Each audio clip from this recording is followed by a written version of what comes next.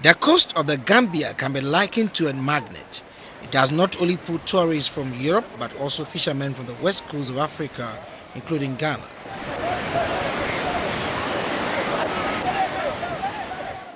This is Bakau, and one of the landing sites near the capital, Banjul. And at the time of my arrival to the Bakau landing site, fishermen had just returned from the expedition, and most of them were excited because they had had a bumper catch.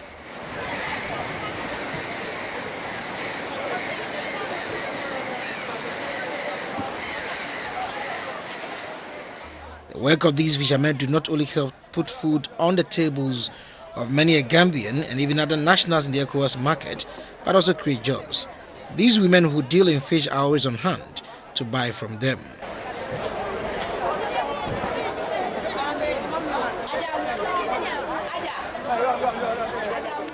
This type of fish is referred to as barracuda, and each is sold at $950, which is an equivalent of $19.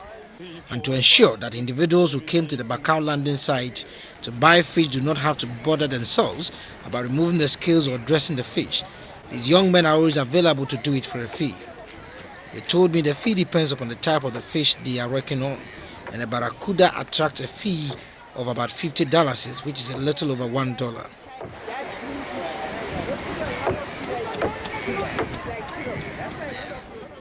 From Bakau, I went to the biggest market in Banjul, the Royal Albert Market, to see how the fish business is run.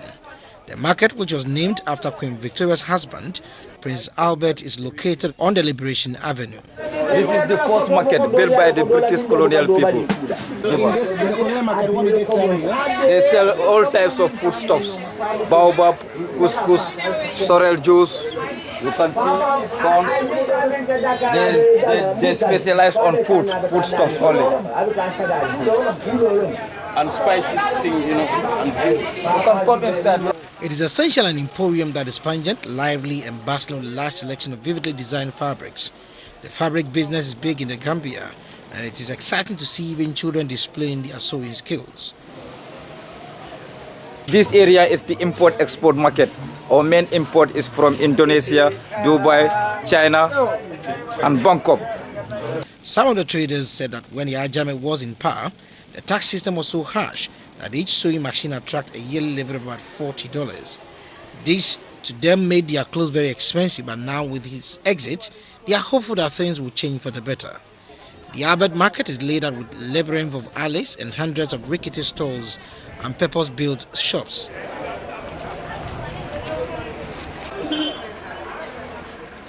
There are three distinct markets here: the wholesale and retail market that sells everything the local people could possibly want, from food produce to fruits, meat and vegetables. The size of the market makes it impressive, and there is plenty of choice. It is open from 8 a.m. to 7 p.m. Essentially, I went to the Albert Market to follow up on the fish business, but when I got there, around 4:30 p.m., the fishmongers had closed.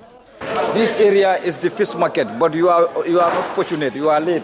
When you come in the morning, you can see captain fish, barracuda, saltfish, all type of fish, butterfish. Though I missed out on meeting the fishmongers, one of my tour guides in the market, Babu, told me about a place in the Gambia known as Ghana Town. There is a town here, only Ghanaians live there in Brufut. When you go there, you can eat kenke. Have you taken kenke before? Yes, of course. I eat kenke, I eat fufu. Michael, you have a restaurant here in the big one Ghanaian, Michael. In a follow-up, I met one of the leaders in the Ghanaian community in the Gambia, Mr. Thomas Quason. He said Ghanaians in the Gambia are over 2,000, but the largest community is in the Ghana Town. We have a Ghanaian village called Ghana Town, people from the central region who are doing fishing. It's a sizable population. Yes. And then we have a lot of teachers, professionals. We have doctors, we have pastors and all that. So we have at least about 2,000 Ghanaians in the Gambia. Ghana Town is about 50 minutes drive from Banjul, but before I set off, I decided to hit the street of Banjul to see how nightlife in the Gambia looks like. But while on the street of Banjul, Dumso showed up. We went to the Ghana Town. So the next day, I set off from my base in Fajara to Ghana town, which is the home of about 1,000 Ghanaian fishermen and their families. This journey afforded me the opportunity to see the other side of the Gambia.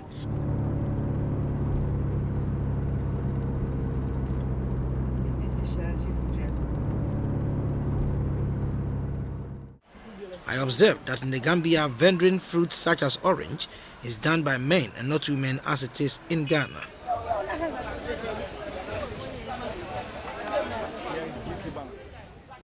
On arrival, I realized the town was quiet and most of the town folk had gone to fishing. But even at the shores of Ghana town, I found Oli Amatre, who told me that her colleagues had gone to the market to sell their fish. Achira, who hails from Abresi in the central region in Ghana, has been living in the Gambia for over 10 years and said that the salt used in preserving the fish is imported from neighboring Senegal. She took me through the process of getting the kako done. So what's about the man? When the fish is brought to the shore, we clean it, we season it, and we dry it. The mother of five said a 50-kilogram bag of kako, when exported to Mankasim in Ghana, the hub of kako business cost about 70,000 CFA or $200. Kojo Tewia is one of the Ghanaian fishermen that has been doing business in the Gambia for the past 15 years.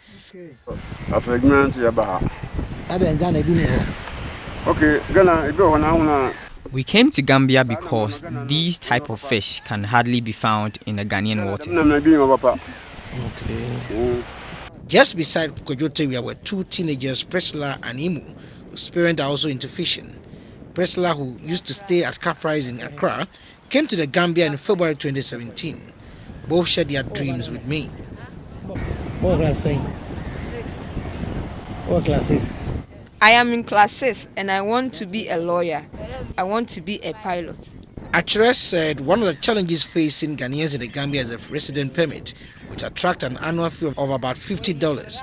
And this was corroborated by other Ghanaians resident there. Getting a residence permit was difficult, but it has been addressed.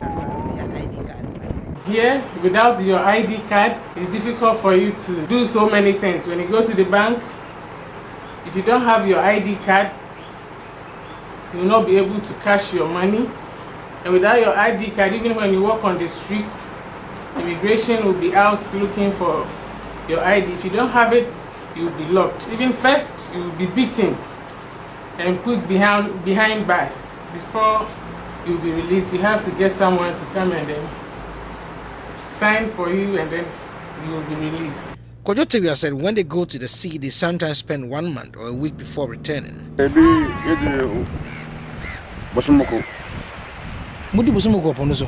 We spend about 1 month, a week on the sea. We work from morning till evenings and rest in the night. But the ability of these fishermen to stay longer on the sea to do business is largely dependent upon the affordability of the premix fuel. A liter of diesel in the Gambia is almost $1. Liter for diesel is $46, and petrol is $47. 47. And how much? It's like $1. Unlike Ghana, where fishermen go to fishing and their catch are usually full of polythene bags, the story is different in the Gambia. The beaches are clean, and this is attributed to a ban placed on polythene bags by the former president of the Gambia, Yahya Jammeh.